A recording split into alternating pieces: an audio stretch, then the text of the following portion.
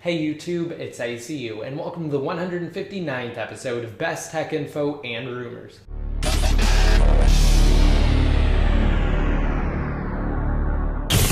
Alright, to start off, I just want to say that there haven't been a lot of articles on Best Tech Info lately, and that's mostly because I'm working on changing things around. So coming pretty soon, you will see some awesome changes to happen to Best Tech Info. I'm not going to give them all away now, but depending on how far I get, I may be able to implement them within about a week and announce them in the next episode of this series. Alright, and with that said, since last week, I've made two new videos. The first one was an in-depth comparison between Apple's all-new iPhone 5S and their lower-cost iPhone 5C smartphone. So if you're at all interested in that and you want to see the major differences between the two devices, I highly recommend checking it out because let me just tell you, the iPhone 5S with its all-new A7 processor is simply amazing, and it definitely outperforms most smartphones on the market, especially the iPhone 5C. And the A7 chip is actually really interesting. It almost seems as though Apple downplayed it during their unveiling event. And if you're asking for my opinion on the device, I definitely recommend it, whether you're coming from another platform or upgrading from a previous iPhone model, even the iPhone 5. Now, while of course I have to get the latest iPhone models for my job, I would even get the iPhone 5S over the iPhone 5 if I wasn't in a line of work that required it. And while some people may say that the 5S is just an iPhone 5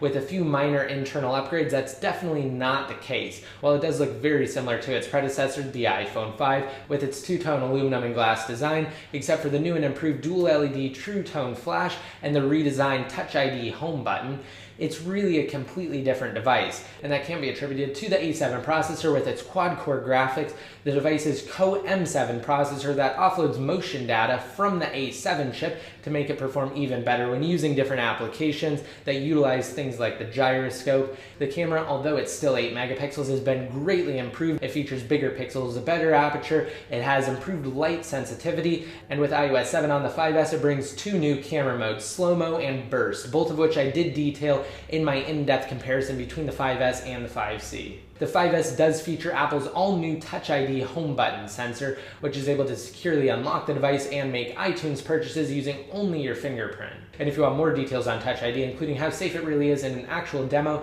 then just be sure to check out my Touch ID review video, which I'll have linked to below. Also, the device does have better LTE support, it has an improved battery, and because of the A7 chip, it definitely extends the battery life of the device over its predecessor. So that was just my really quick review of Apple's all-new iPhone 5S. Again, I definitely recommend it to any smartphone owner. Another video that I made recently was discussing iOS 7, the latest jailbreak details, and now iOS 7.0.2. So referencing an article from Jailbreak iOS Evasion a couple of days ago following last week's release of iOS 7 and both the iPhone 5S and the iPhone 5C, Apple released iOS 7.0.2.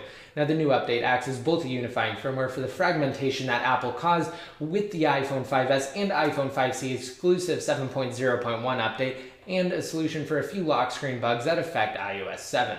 Moreover, it was announced that the latest update doesn't have an impact on the Evader's next utility. It will be capable of jailbreaking 7.0.2. Now, I did go more into depth on the topic of jailbreaking in the video that I'll have linked to below, the one that I did create prior to this episode, so I highly recommend watching it. Really quick, for those of you who don't know though, I'll give you a rundown of the latest in jailbreaking. So of course, with the release of iOS 6.1.3, Apple effectively patched the Evasion Untethered iOS 6 through 6.1.2 jailbreak utility. Now with the release of iOS 7, the 5C, and the 5S, the Evaders are both focused on and dedicated to releasing an iOS 7 jailbreak.